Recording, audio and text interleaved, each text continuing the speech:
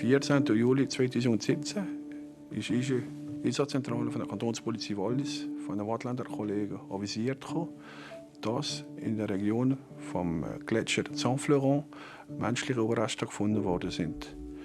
Wir haben unsere Ermittler direkt vor Ort geschickt und die haben die menschlichen Überreste in ein Spital, ins Institut überbracht, für die verschiedenen Analysen zu machen. Wir sind hier in einem Berggebiet. Es geht über x Kilometer. Das ist so eine große Fläche. Und wenn jetzt jemand verschwindet, wenn man nicht genau einen Standort hat oder von welchem Ort, nach welchem Ort diese Person gehen wollte, wenn man diese Informationen nicht hat, ist es natürlich sehr, sehr schwer, diese Leute zu finden. Wir haben rund im Kanton etwas über 300 Personen, die noch vermisst werden. In den Bergen, in Gletschern, in Seen.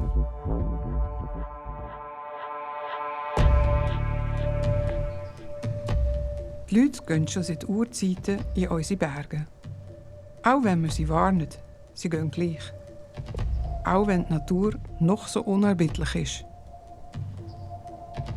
Manchmal verschwinden die Leute, aber vergessen tun wir Schweizer sie nie.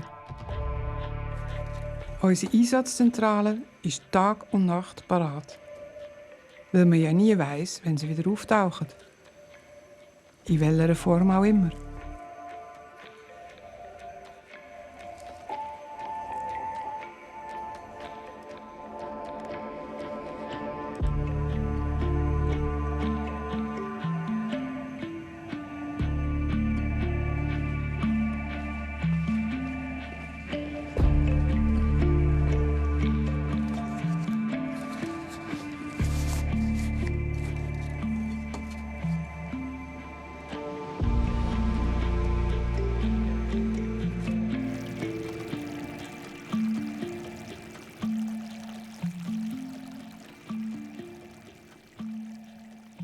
C'est la photo de maman.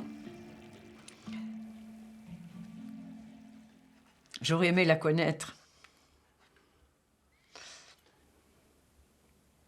Et ici, c'est la photo de papa. Cette photo ici, comme ils sont partis en 1942, c'était pendant la guerre. Et c'est une photo qu'ils l'ont prise en militaire. Et papa était un paysan, un cordonnier. Il travaillait la campagne. Il avait 3 vaches, chèvres, cochons, enfin. Et à côté de ça, c'était un grand chanteur.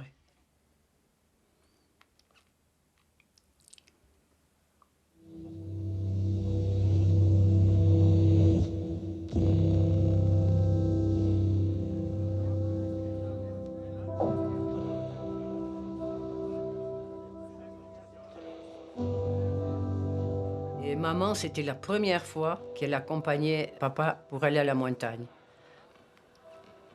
Parce qu'il faut se rendre compte que c'était pratiquement une journée de marche. Ils sont partis à 5 heures du matin. À 5 heures, c'était très jour au mois d'août.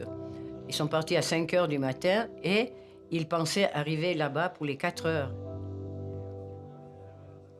C'est-à-dire qu'ils allaient voir le bétail et il y avait un capucin qui disait la messe là-bas et puis il bénit le bétail.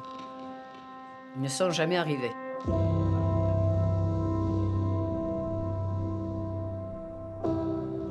Bonjour Yann. Comment ça va? Mais ça va bien. Bien. Le plaisir de te revoir. Ça fait longtemps, hein? Si tu savais combien je pense à toi. Et je prie pour toi. Voilà. C'est la tête, ouais.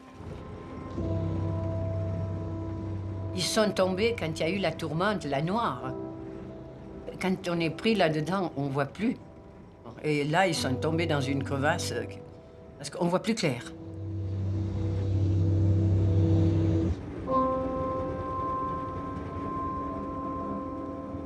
On est restés tous ensemble. Et moi, vous voyez, quand on a 4 ans, on ne réalise pas. Après, ma tante, elle m'a gardée quand ils ont partagé les enfants. Et quand elle s'est mariée, j'ai changé de village.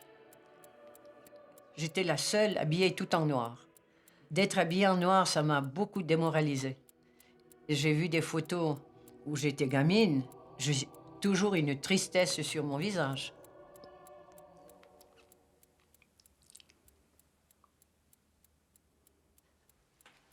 Vous savez, il faut croire à celui d'en haut. Moi, si j'avais pas eu la foi, je ne serais pas là. C'est très dur.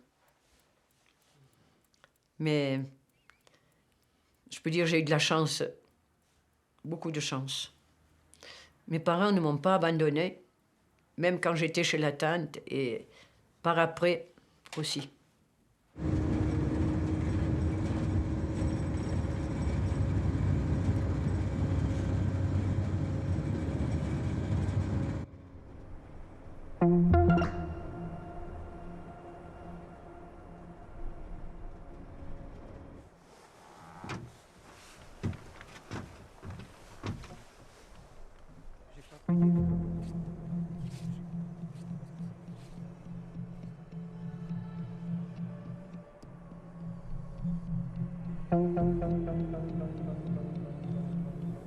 C'est moi qui les ai retrouvés. Je vois une masse noire environ d'1,50 m de grandeur. Et à côté, il y avait un espèce d'objet qui ressemblait à un parapluie. Et ça m'a vraiment paru bizarre de voir ça sur le glacier. Et en avançant, tout d'un coup, j'ai vu une chaussure, une deuxième chaussure, et puis en fait, c'était 2 personnes qui ressortaient de la glace.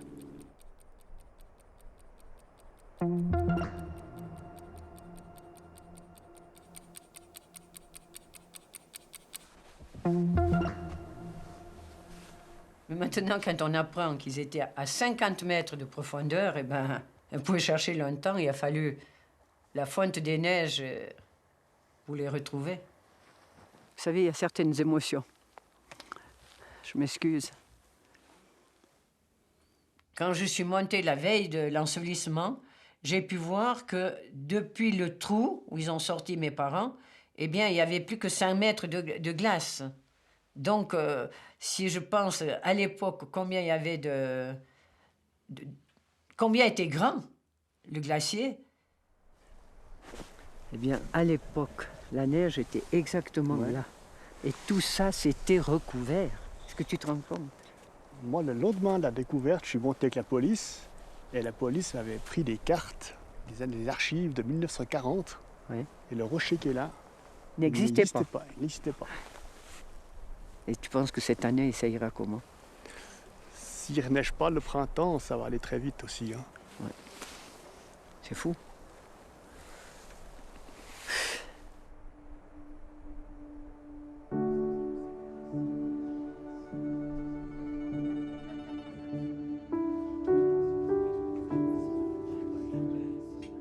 Wenn du aneinander auf die Art wieder siehst, kann niemand bestreiten, dass der Klimawechsel nicht auch so seine Vorteile hat. Die Chance, dass du bei uns in einer Gletscherspalte bleibst, ist mit dem Verdampfen wirklich nicht grösser geworden. Es ist ein Glück im Unglück. Gott nimmt Gletscher und gibt uns unsere Vermissten zurück. So nah sind wir hier beim Himmel. Dass Marceline nach 75 Jahren ihre Eltern doch noch begraben durfte, das war sein Geschenk. Moi, je dis ça grâce à la fonte des glaciers. C'est pas autre chose. Et si ça continue, eh bien, on n'aura plus d'eau. Qu'allons-nous faire? Bon, ici, peut-être ça va encore 100 ans. Mais après... Moi, j'ai vu en 57 la première fois le glacier. On n'osait pas monter au glacier sans être accompagné.